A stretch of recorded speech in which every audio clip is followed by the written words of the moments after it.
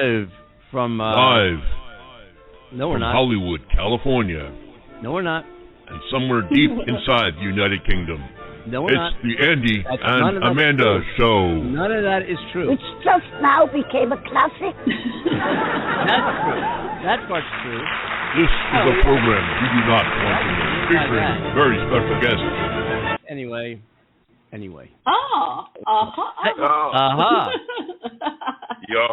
You know, hey, boys.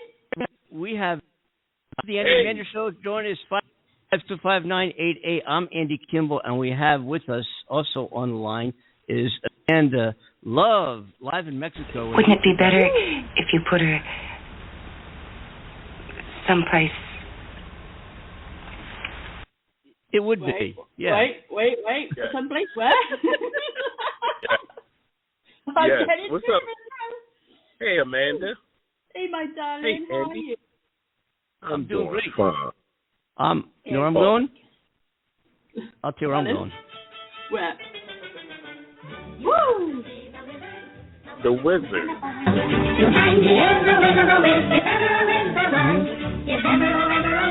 You bet. G.I. Jane のジョークだったんです。I never mentioned G.I. Jane. Yeah, right. He's back. I don't know. You never did Hey, watch man, TV? let's kick off the show with a boogie. Well, that was great. Let's do it.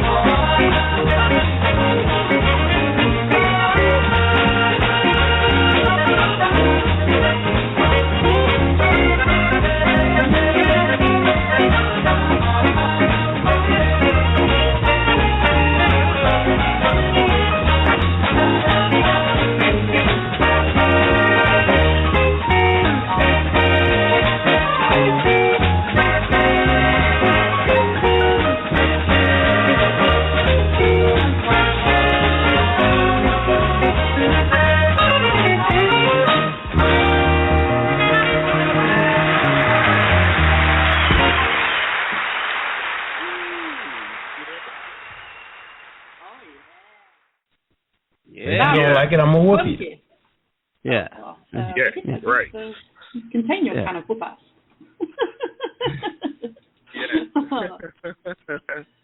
Wow. Hey, what a start to the week, huh? I mean, it's a start to our show's week.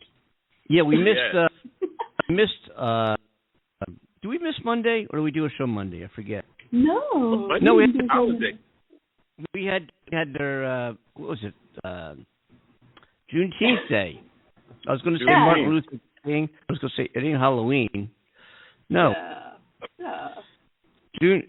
This is something. June 22nd, 2020. Hey, 6/22/22. Ta-da! Hey. Oh.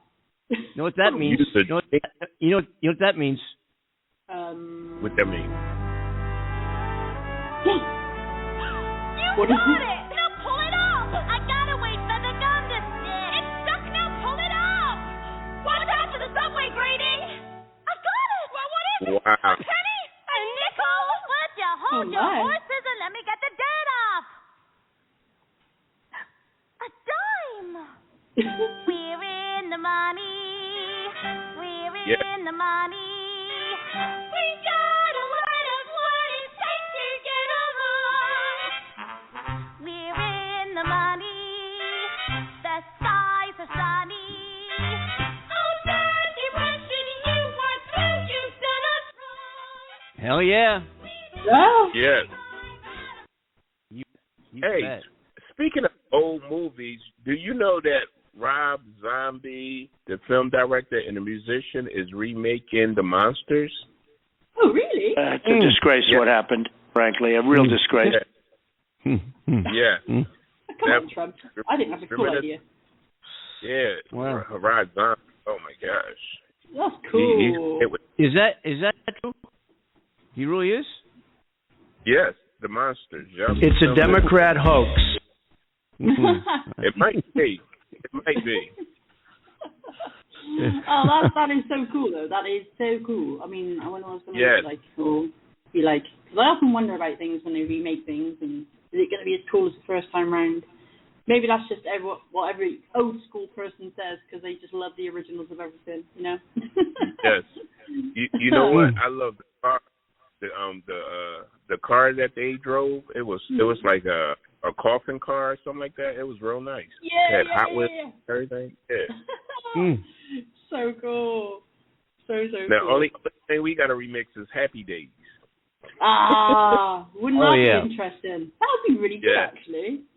Oh, I'd love to see a remake of that. Yeah, Happy Days was great. Oh, it was great. Well, I'm a big fan. Thank you. Yeah. Hey. The fun. Yeah, the fun. See, what a legend. That was a great show. Republicans love it. Yeah, they did. I've been caught up in watching Stranger Things on Netflix. I love that series. Wow. I love it. Yeah, it's really good. But the fourth series, because it is based in the 80s, which I love. I love the fact that they've done that. And when they put the Kate Bush song, Running Up That Hill, and because it was in such a unique moment in the series, it went mad. Everybody went mad. They started downloading it again, and it became really high in the charts again. So yeah, everybody's been playing Kate Bush.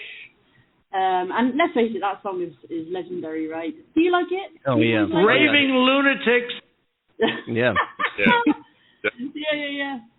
I love it. Bring back the Gremlins. Yeah. I'll be spiked. Oh man, it's annoying though because they in the last series, of course, they do it in two parts. They put a cluster of episodes together, and then you got to wait until a certain date before they release the second cluster of episodes. And I'm like, come on, I got to wait till July 1st. Isn't there another Batman movie that's around the corner, or did that already happen? I know they've released one recently, haven't they? Called The Batman. Yeah, the Batman. That's right. You know, it's a shame that the Superman movies stopped. They didn't do that anymore. I think Superman got hurt or killed by. We call him Kryptonite. Kryptonite. Yeah. Yeah. I know. I love Superman. He's my hero. I grew up with that. Keep doing all these Batman movies, but Superman was like really good. That was like, you know. Yeah, I really loved the one before Batman versus Superman. What was it called? I can't remember now. And the guy who played Superman was epic. Christopher Reeves, the original. Yeah, the guy. That's the original one. Yeah. Yeah, he's legendary. I did have the box set on DVD, I think, but I don't have a couple of them. I don't know where they disappeared, so I don't know if I let people borrow them and never got them back. I don't know, but I know it happens. Still Zod, Superman. Oh, yeah. What do you think about Ben Affleck playing Batman? I think it would be wonderful. Well, he has already, my darling. Oh. But it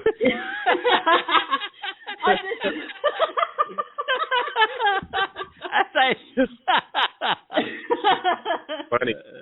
It's okay, Andy. It's okay, my darling. He was alright. I don't know. I love all the different characters they've had. I mean actors playing Batman, but Ben Affleck is Batman. I don't know. It's just I don't know. I never really took to him. He's been in so much. To me, he's been in so much tabloids, and it's like you got bored of him. I like the Christian Bale. Christian Bale was great. Yeah. I thought Keith Ledger did a great job playing Batman. Really? The Joker. Oh. Hey, did you watch Did you watch the documentary about him? He became the Joker. He studied it so much that his whole lifestyle became like living like the Joker. Wow. Hats off to him. I mean, the thing is, it ended up really screwing him up that he took all that medication and just ended up dying. I mean, that's sad, isn't it? I mean, there's one thing about getting into a role, but that was just, he took it to another level. It's incredible. I couldn't believe my eyes. No. No. Yeah. Especially sorry, sweetie. Went on Bane. How about the part Bane, the villain of Batman, Bane? That guy, he had to do this. He had to get his body together, train and everything to be Bane. Real muscular. Bane was a good character. Yeah. I was going to say about actors like really, really taking it to another level to get, their part, into their part. If you think about what happened to, what's his name, who played Bruce Almighty? Oh, I know. We all know him. Yeah, of course. John Heath Ledger. No. Oh. No. The comedian. Yeah. Of course. Help me out. I can't think of his name. I can see him. Yeah. Darn. Aren't we good here? Of course. Our audience probably knows. Why is it? Yeah, I can see him, but I just can't. Carrey. Carrey. Carrey. Jim. I only said John. Jim Carrey. John Carrey. Jim Carrey. John Carrey. Oh Yeah. my God. As soon as we get on the show, our minds just go. It's crazy. Isn't it something? Yeah. Oh my goodness. And nearly lost himself completely in his character. That was scary. Yeah. Unbelievable. I thought you were going to say Don Wrinkles. Who? Don Wrinkles. Don Wrinkles. Yeah. Don Wrinkles? Who's Don Wrinkles? So I wish somebody would shut him the fuck up. Fuck, please. Please.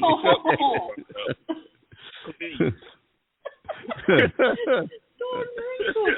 That actually sounds like some sort of comedic porn star.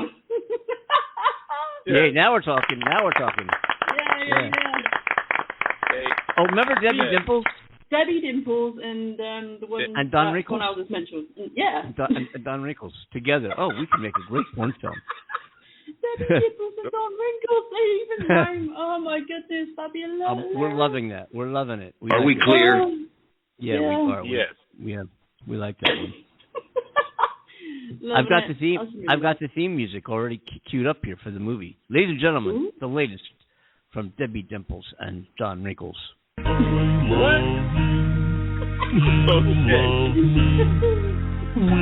a happy family with a great big hug and a kiss from me to you.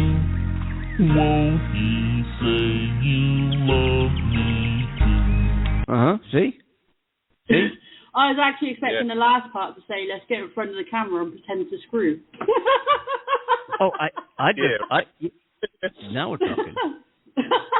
Oh my God, that's where my mind is today. Anyway. Did you ever see that comedy? I mean, a movie called two people make a porn film. I forget what. They were a couple, a guy and his girlfriend, and they were down and out or something, and decided to make it's a comedy. It's something somebody and somebody make a either Netflix or something like this. It's real funny. I remember a couple of years back. I think it was called the Andy and Amanda Make a. Oh. No, but I forget. Some of our listeners might remember the movie, but it was fun. I think it was on Netflix or one of those streaming video. But it was a great movie and box office hit. Oh yeah, okay. Oh no! Oh my gosh! They see my face. A human element has been removed. Yes. Yeah, I feel that quite often. Usually when I get up in the morning. Oh my gosh! So the troll hanging. You ready for this? Yes. I hope so. Sure. What was I going to say? Yeah. Oh yeah. That quick, the Fed chair, the chief of the Federal Reserve, Jerome Powell, recently said that higher could very possibly cause a recession. But I have a question. Aren't we kind of in a recession? In a way? Aren't we in one now? Yeah, as far as I'm aware. Yeah. gas is $6. Do you know, I've seen gasoline prices here in California over $7 a gallon. And traffic in this state, in this area, at least around L.A., and probably around San Francisco and San Diego, and I don't know, but at least I can speak for L.A., candidly, traffic is as it's ever been. I mean, it's the same as always. And people are going out to eat, and people are doing their thing, and you wonder how can the average middle-class person with kids and expenses and mortgages or rents and car leases and everything else you have just to live your life afford to live your life with $7 a gallon and everything else going through the roof. If you want to fly anywhere from point A to point B, take a look at Expedia and all the airline fares and so forth. It's unreal. Unreal. Yeah. Things are, and you go to the food store. Do you know what a box of Cheerios costs now? No. $71. No, that's $7. Bull. I put the decimal. I put the decimal place in the wrong spot. No, I've seen cereal. I hope they still got the holes in for that price. $7, $5.99, $6, $7 for a box of cereal here. Wow. And everything. You go to the food store. One thing, and even Trader Joe's, and I'm a huge advocate of Trader Joe's. I just about live there. I think everything they have is incredible, and it's so much less expensive than your Krager and your giant. I don't know what foods. Your food stores across the country, different cities, different pickles. Yeah, all that stuff. But Trader Joe's is like pretty incredible. But even their prices have gone up slightly, and I mean slightly, not a lot. If you haven't been to Trader Joe's yet, folks, if you live near one, wherever you are in the United States, Cornell, you know Trader Joe's, right? In Philly? Yes, man. They have the best meat, and it's fresh, and the food, and pickles, all of that. Everything you get at Trader Joe's, unless it's something but everything you get at Trader Joe's is really, really, really good. I don't know if it's credit to their buyers or how they do what they do, whatever it is, but they're owned by the same company that owns Aldi. I've heard of Aldi. It's a chain. I think it's a discount food chain. Yeah, Aldi, same company. Aldi. Yeah. Aldi, the same company owns Trader Joe's. I love them. Yeah. I really? quite often go there to shop.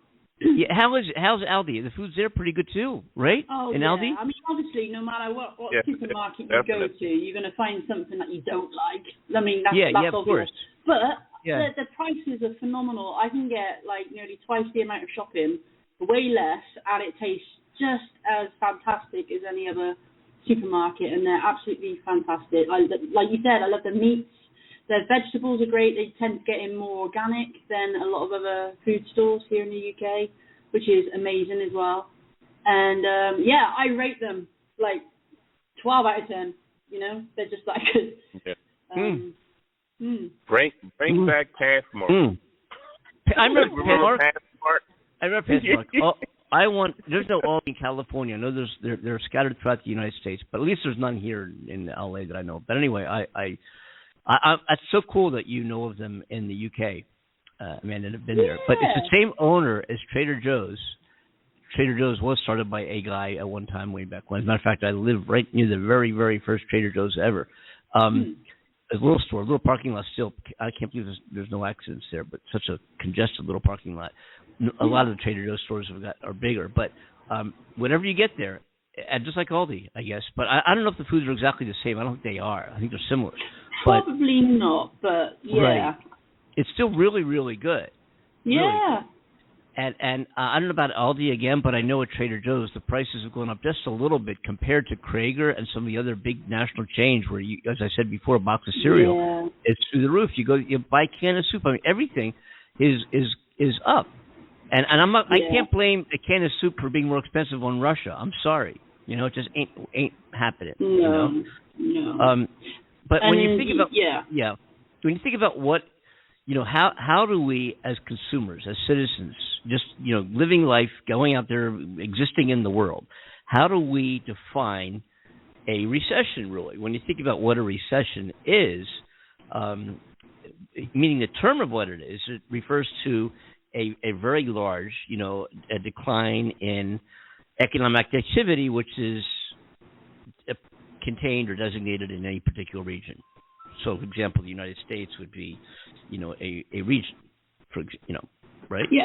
So, but it's reflected in terms of economic terms by the GDP in conjunction with indicators, rises on unemployment, decrease in spending, blah, blah, blah, blah. But the interesting thing is right now that there are more job opportunities than are people taking those jobs. Yeah. There's a lot of jobs out there. There's a lot of jobs. And there's, you go through anywhere, at least where I am, and, we're hiring. And we had all these unemployment benefits relating to COVID, where the feds kicked in an extra percentage on top of what normal unemployment would be, and you had people making more money on unemployment than they were working, and then they decided during that period of collecting that money that, hey, I'm not going to go back to that job where I made minimum wage or close to minimum wage. I want to find something where I can go out and make some more money. I don't blame them. I think it's a good thing.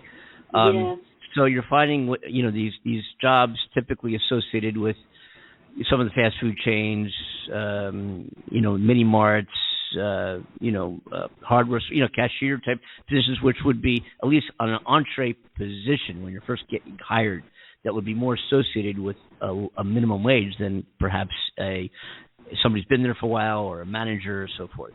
And these folks are saying, you know what? If you want me to go work that cash register, you want to go back and work at that fast food restaurant, got to pay me more. I'm not doing it. $7 an hour ain't cutting it, dude.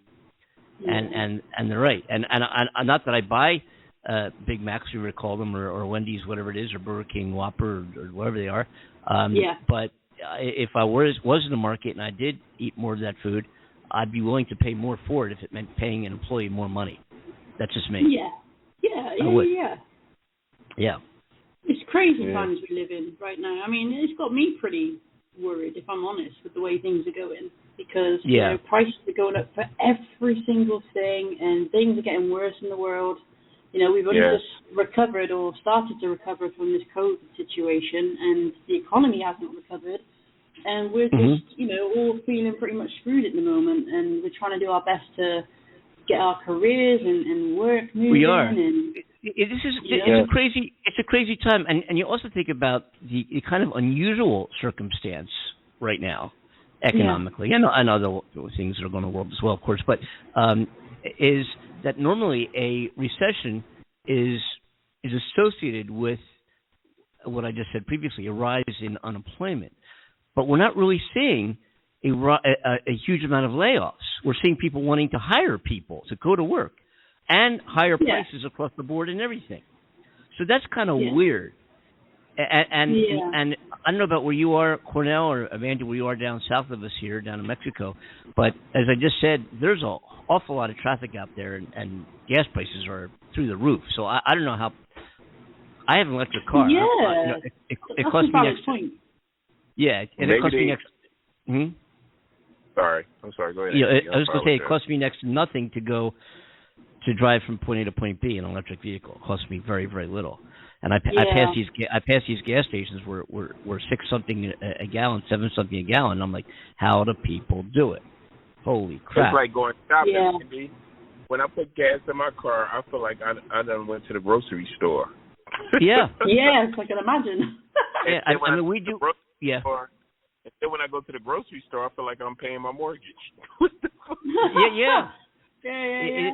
Yeah, we do have. I do have an SUV. I have a Ford Flex and also a Ford Focus. The Focus is the Flex for an SUV ain't bad actually. But here's the deal. So we do typically in the Flex is put $20 of gas in at a time. So even let it go down to half a tank or 3/4 tank, boom, $20 more, $20 more. Whatever that $20 buys is what we put in the tank. So I'm not going to say, well, even though if I brought it down to zero and filled it up for some dollars, which would be absolutely ludicrous, we just put $20 in, and whatever that $20 is, that's what it is. If gas is $3 a gallon or gas is $7 a gallon, $20 is all you're getting. And I guess that's as far as we'll go in that car, And the thing is as well, they rely on us feeding into what we need. Because, you know, even if they hike prices up for gas and food, people are still going to go and get these things because they've come to rely on it so much. We need it. Well, we need food anyway, let's face it. But with gas and stuff, yes, all right, there will be people who are making cuts here and there, maybe riding to work or catching, you know, getting a ride with multiple people to save on fuel and stuff like that. And there's many ways to do it, catch a bus, and even those prices are going up. So, I mean, it is very difficult, but like you said, there still is many people on the road because they're relying on that. So they kind of they push themselves to pay those prices and end up sacrificing here and there with other things, or running up a debt on their credit card, and things that just end up getting worse and worse. It's scary. You know what's scary a bit is they're saying, you know, everything's high, gas prices are ridiculous, airline travel, car rental is ridiculous. But here's what we have to realize. We just went through one of the most terrifying disasters in our history, around the world, not just the United States, but speaking about the United States. And I know we have listeners around the world, but this is a global crisis. And now suddenly, well, not suddenly, but over a short period of time, we're vaccinated, we're getting over it. The spike protein, the coronavirus has tossed and tumbled and migrated into a less, for the most part, a less, you know, dangerous virus. And you're seeing people now, there are no mask mandates now on planes and airports, and you know, we're trying to get, you know, life back to some degree of normalcy. And what we're seeing, people coming out of the woodwork, and because suddenly we're coming from a lockdown to hey, right? We're seeing the demand for gas go through the roof because there's so many more cars suddenly on the road. We're not in COVID anymore, so that has something to do with it, you know. And it's a very rare combination of economic and also geopolitical forces that have manifested themselves and kind of taken shape within our society and are visible at the gas pump.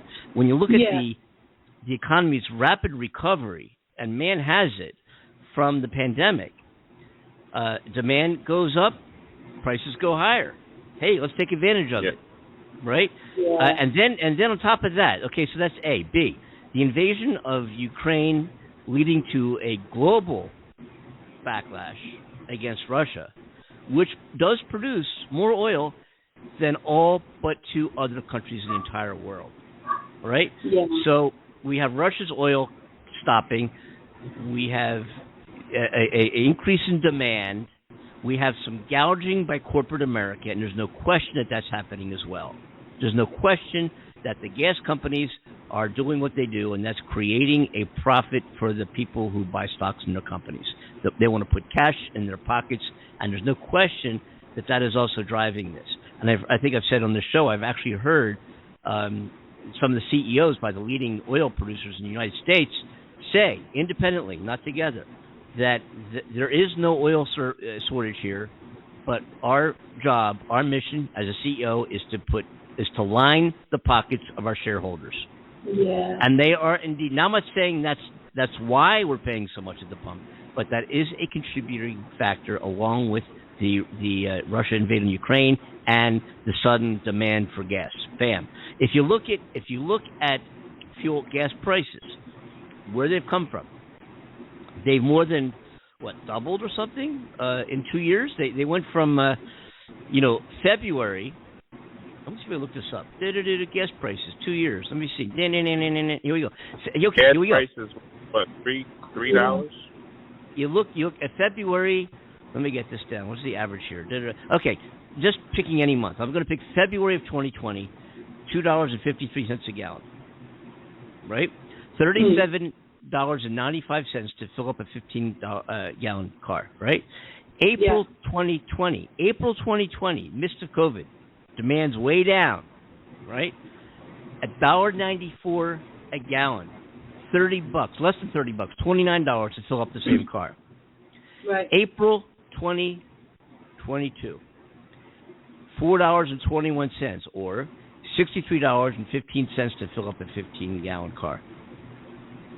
June 13th, last week, $5.01 average, $75.15 to fill up the same car.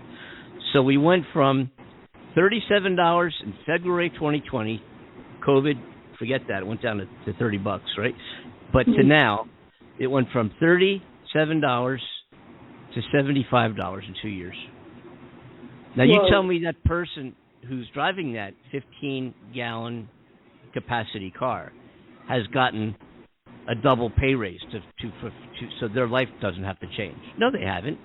Nor can the companies who employ that person afford to double their employees' salaries across the board. Yeah. So, and now what they're talking about is what Biden's trying to get Congress to do here in the United States is to declare a tax holiday. This has to pass through Congress, which would mean you don't pay federal tax on gas for however long. Now, what does that save us? That saves us a whopping 18 cents a gallon.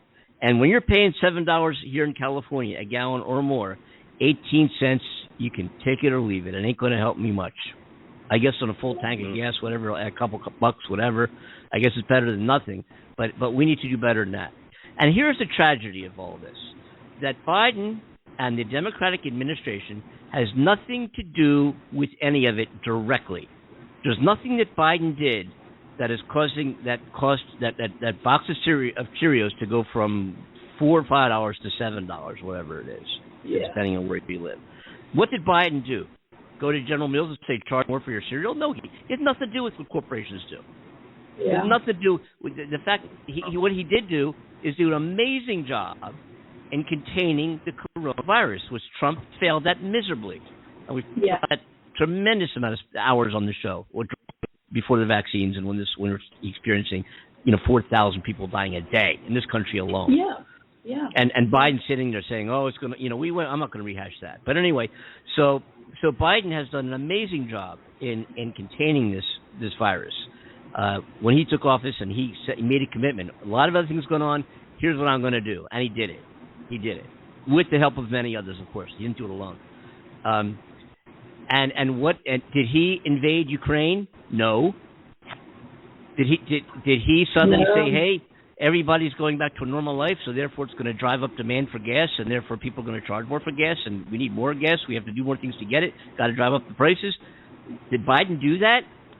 So is this why we shouldn't reelect him? Is this why we are in danger right now in this country? We are in a very precarious position right now in this country because if the GOP, not the GOP, but the Trump GOP, begins to take regional, statewide, and national offices in this country, we are up shit's creek. We are in really, really tough. I would think about. Amanda, wasn't it about a week ago you and I were talking about the happiness index in Sweden and Denmark and also the UK when we were talking about healthcare availability in UK and education availability in UK if you went to the public colleges there and the happiness. Remember we talked about the happiness index in those countries. Oh right? My goodness, yeah. Right, absolutely. I think that was a week or two ago. I forget. It wasn't long ago. But we look at this country now. And I don't know if you've been following the hearings, Amanda or Cornell, or our listeners. I'm hoping that some of you, if not able to watch it live on TV or monitor it on radio, whatever it might be, that you do go home at night and at least play or skim through some of the testimonies and see the videos of witnesses of the insurrection and what led up to it. This has Donald Trump written all over it. If this man is not indicted, I might have to parade around in a mankini and do the show live in the mankini. I've been waiting for that for so long. I mean, come on. Well, that would be cool.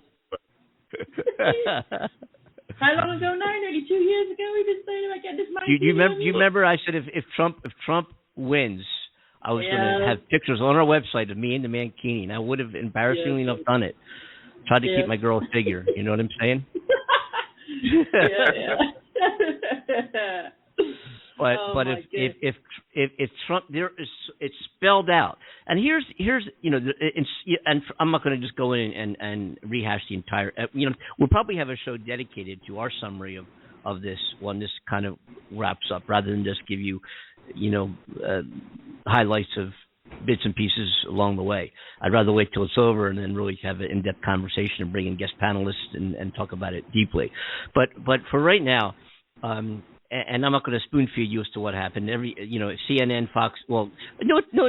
I heard somebody. I think it was Sean Hannity on Fox News. The first day of hearings, right? Oh, yeah. Fox News said, "Hey, during Antifa, which is not a group of people, it's a philosophy, a political thought, a philosophy. It's not a group. There is no Antifa group. I belong to it. Nothing you can become a member of. But anyway, So he said, Antifa. Did you ever see Congress having hearings regarding the destruction of the Antifa riots? Did they have congressional hearings about those? How come they're having congressional hearings about an insurrection and a takedown of democracy, and they're not having one about the Antifa protests?" That's pretty much what they said. They didn't use the words, how come we're not having, they didn't use the words insurrection or takedown of our democracy, and they came damn close to it. And how come we didn't have these same hearings regarding quote-unquote Antifa riots? Yes. A small group of thugs were responsible for some of the destruction that occurred during those otherwise very, very peaceful protests, not riots, but protests. A small group of thugs given an excuse to join anything where they can cause chaos, they will. It doesn't matter what the cause is. That fragment of society does exist out there. And it was a small group compared to the thousands of people who peacefully demonstrated during the George Floyd murder and so forth and other events that occurred during that time. But you were looking here at an attempted overthrow of our democracy, and it's clear as day. And it was all orchestrated by Donald Trump and by John Eastman, his attorney. He fired his campaign staff and campaign managers, and even his family told him January 6th, and leading up to January 6th, Dad, you lost the election. And during this insurrection where people lost their lives, right, he's watching television for 2 hours while people are trying to call him and tell him, stop it, stop it, you can do this. And this is what he wanted to happen.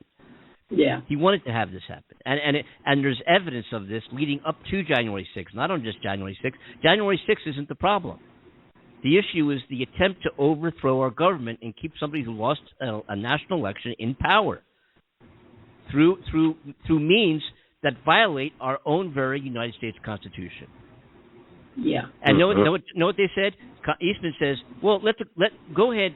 They go to Georgia, they go to Arizona. They tell the secretaries of state in those states to go ahead and appoint fake electors. And fake electors actually had meetings. They're going to send these fake electors to Washington to replace the actual electors, the electoral electors that Pence had in hand, the real bona fide electors, which the American people voted for and sent them to put our next president in place, would have been Trump or not. In this case, Trump lost the election. Wow. By a lot. Right?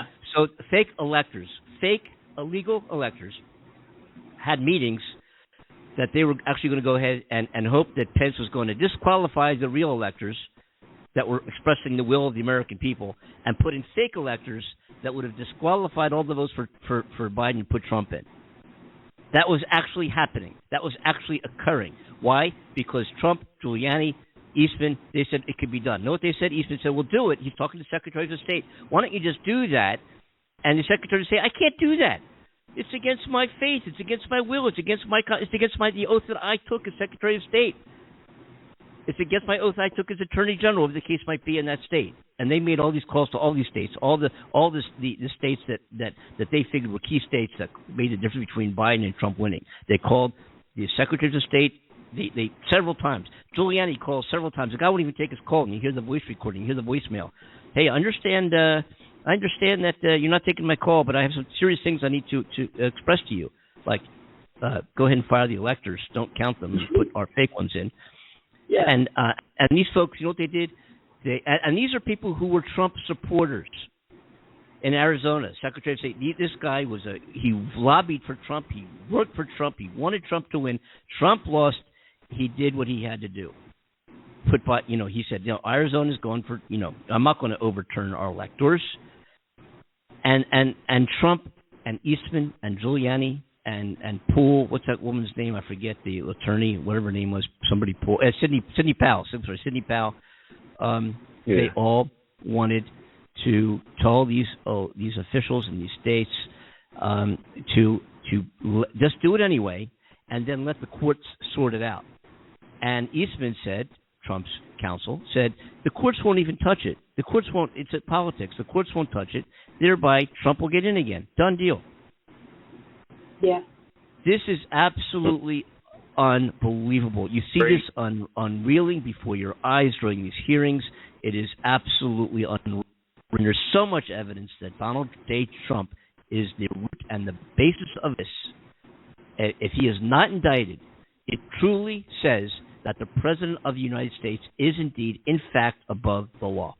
That's what it said. Wow. If this were anybody else, if this were any other citizen in the United States, we'd be in jail. You'd be bringing us cookies on Sunday, Amanda. Yes, I would. Oh, and I'm sad stating would be too. Yeah. Yeah. I know, it's crazy. Unbelievable. Well, actually, it is unbelievable. Man, you can't make us some and send it to us, you know? You want me to make you cookies? Yes. You want some cookies? Yes. I'll do my best. It's crazy though. It's like that's what I do it after. makes me feel that way for sure. Yeah. You know what I mean? Yeah, it does. Well. Yeah. No, but yes, I understand. It is.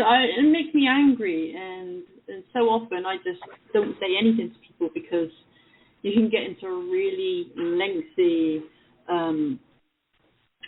discussion with people, and they come at you with their views, and you go at them with your views, and you get irritated. Well, I do anyway. But the whole thing is this: that there are no views to have. You know, you exactly the law on the law. Evidence is evidence. Testimony is testimony under oath. If somebody says, "Well, I have an opinion," you're entitled to your opinion, but that doesn't mean your opinion is the facts of the truth. That we have to address truth and facts. Yes. Truth, right? Mm-hmm. So I don't know I don't know if Cornell heard this, but we do have a few highlights that I'd like to play for you. That Amanda and I heard, I think, last week. Cornell missed this, but for those of our listeners that didn't get to hear this, judge for yourself. You take a listen to this and you judge for yourself. These are just a few highlights that we were able to pick up from the January 6th congressional hearing now taking place in Washington. No, I'm telling you, if Pence cave, we're going to drag motherfuckers through the streets. Then President Donald Trump riling up his supporters on January 6, 2021. And directing their anger towards Vice President Mike Pence. Mike Pence is going to have to come through for us, and if he doesn't, that will be a sad day for our country. Trump personally putting the pressure on Pence in a tense phone call that morning. He called him a wimp. It was a different tone than I'd heard him take with the Vice President before. Do you remember what she said? That there are two different types of orgasms, a vaginal and a clitoral one, and that the woman who needs clitoral stimulation is an immature woman. It has become evident to me. All as Trump had been told repeatedly that Pence had no authority to simply reject states' electoral college votes, as he presided over the congressional certification of the 2020 election. Was it your impression that the Vice President had directly conveyed his position on these issues to the President, not just to the world through a Dear Colleague letter, but directly to President Trump? It has become evident to me. The committee focusing today on the role of Trump attorney John Eastman, who pushed the theory that the Vice President could overturn Joe Biden's victory. All we are demanding of Vice President Pence is this afternoon at 1 o'clock, he let the legislatures of the state look into this so we get to the bottom of it. Privately, White House officials were alarmed and pushed back on Eastman. Yeah, they thought he was crazy. I said, are you out of your effing mind? What? Are you out of your mind? Even Fox News personality Sean Hannity sending these text messages to White House Chief of Staff Mark Meadows, saying on January 5th, I'm very worried about the next 48 hours. But as he was peddling the theory, Eastman knew it was bogus, writing in October 2020 that nowhere does it suggest that the President of the Senate gets to make the determination on his own. Pence's former counsel recalling tense deliberations in the White House including this demand from Eastman on January 5th. That I no longer have a strong enough political base in the Congress to justify continuing that effort. As long as there was such a base, I felt strongly that it was necessary to see the constitutional process through to its conclusion. That to do otherwise would be unfaithful to the spirit of that deliberately difficult process and a dangerously destabilizing precedent for the future. What most surprised me about that meeting was that when Mr. Eastman came in, he said, "Here I come to save the day. I'm here to request that you reject the electors." He came in and expressly requested that.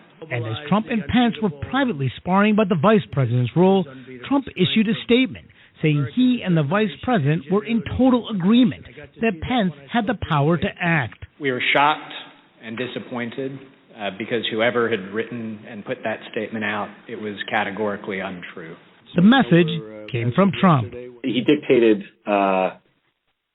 most of it. Had Trump succeeded, former Judge Michael Luttig offering this stark warning. Don't be too proud of this technological terror you've constructed. The ability to destroy a planet is insignificant next to the power of the Force. I believe in miracles. Where from? You set the thing. Believe would have been tantamount to a revolution, the first constitutional crisis since the founding of the Republic. Now, we're also learning that John Eastman asked to be included in a potential list of pardons in the aftermath of January 6th. Now, he did not cooperate with the committee. In fact, when he was brought before them, he actually pleaded the fifth many times when they asked a number of questions. Dr. Eastman did not receive his presidential pardon. So let's see what Dr. Eastman did as a result when he was deposed by this committee. I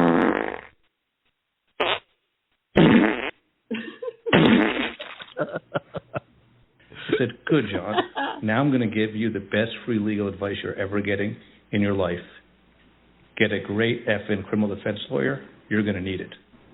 I assert my Fifth Amendment right. I assert my Fifth Amendment right. I assert my Fifth Amendment. Dr. Eastman pled the Fifth 100 times.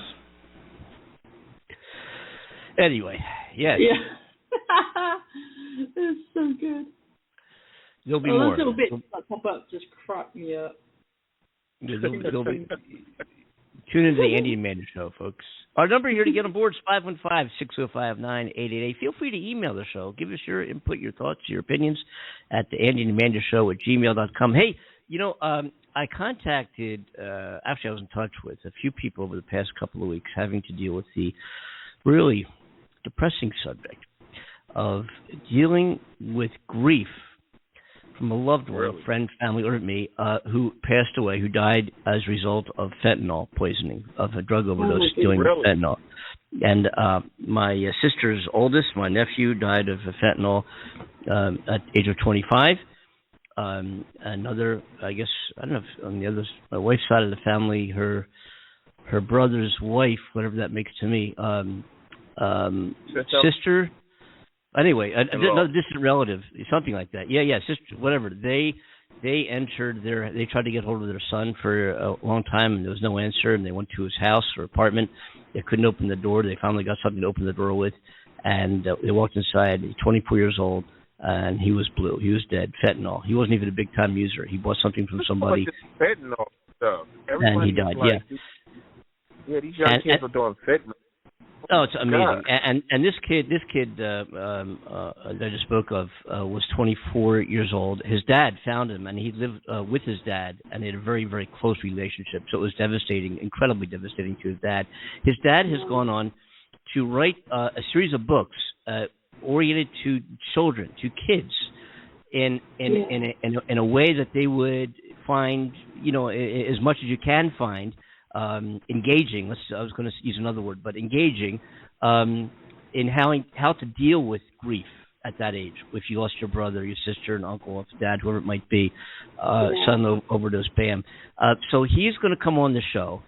I'm going to have my sister come on the show, and not only is my sister included in this because she lost her son, my nephew, but she's also a family therapist. And the person who sold the fentanyl, or the laced opium to my nephew is in jail now for murder, just of my nephew. Yeah, he's in jail waiting further hearings, but he's in jail. And we're also going to have, so we're going to have Ken, and we're going to have my sister on, and we're also going to have a woman, and excuse me for not remembering her name just now because I just met her today online, somebody who lost her husband, who's written several books on dealing with grief, having to do with fentanyl. And we will address this fentanyl issue. We lost over 70,000 folks last year due to fentanyl poisoning, and that number is going through the roof. It's much higher now. As we might recall, Prince died of fentanyl overdose. Fentanyl is what killed Michael Jackson. Yeah. My goodness. And what they're doing is these drug dealers or mixers, whatever, are using fentanyl to replace opium. Fentanyl is 10 times, and they'll use opium, but then they lace it with fentanyl to decrease the amount of opium, right? Oh my goodness. And fentanyl has 10 times the effect of opium. So literally a tiny... Oh, hello? It has gone all quiet. No, I can hear you, Mr. Cornell. Huh? I can hear you. Is that They got it. He's disappeared. They shut him down. The black SUVs, or they pulled up and... No, it's not SUVs. What are they? Yeah, let me look at my cameras. I didn't say anything, guys. No, I know. Come back to us, Andy. I'm back. I'm here. I'm sorry. Those three tones, dee, and I was off. Bam. That's what the escalator showed up. I was like, oh my god. Cornell, sorry about that, folks. But Andy, it's internet. On air, I said I didn't say anything. That usually happens when Cornell speaks. I get cut off. No, that didn't happen on Friday's show as well. We had Michael Tinhorn on as a guest. I got cut off, I think. But you guys were talking. I don't think you knew the difference. I got off and got back on again. But now I figured out how to get back on. I can do that. So if looking ahead, if I suddenly disappear, I'll come back on. Yeah. When you disappear, Amanda said, "This is the Andy Kimball Show." I didn't say. Oh my God! Crazy. I wonder what those three beats are. They goes do, and then it's like a phone, isn't it? The phone makes that noise sometimes when you're trying to. It's probably a warning. Yes. Oh my goodness. I don't know what it is. It's happened several times. Times. It's the Andy Kimball. One day. You know what I mean? One day. You're a contemptible lowlife for talking this way about this country. Oh, You're a man. contemptible lowlife for talking this way. Yeah. How rude is that person? Hush now. Yeah. Andy was talking about something very serious. Yeah, I was. Yeah. So your sister's going to come on. That is great. I mean, my sister.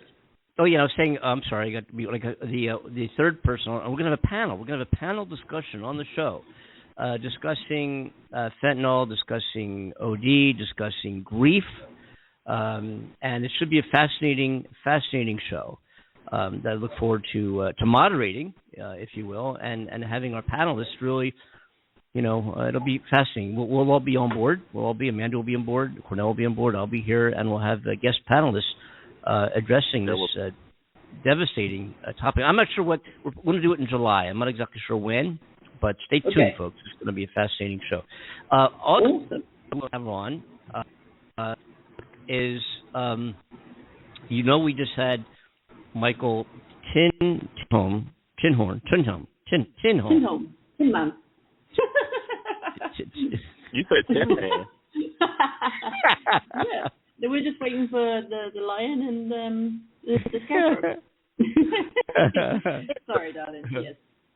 We're just joking. Michael, we're going to have Mike is be able through his he's got, as we spoke of, we've had him on our shows a couple of times now, but he has, and we have mentioned the amazing musicians that he has performing with him and recorded with him. One of which is none other than the great Mike Garson, who was David Bowie's keyboard player for 40 years. Mike was on every album except his last one, when Bowie didn't tell his friends and musicians that he was dying of cancer. So Bowie brought in other musicians to record that last album.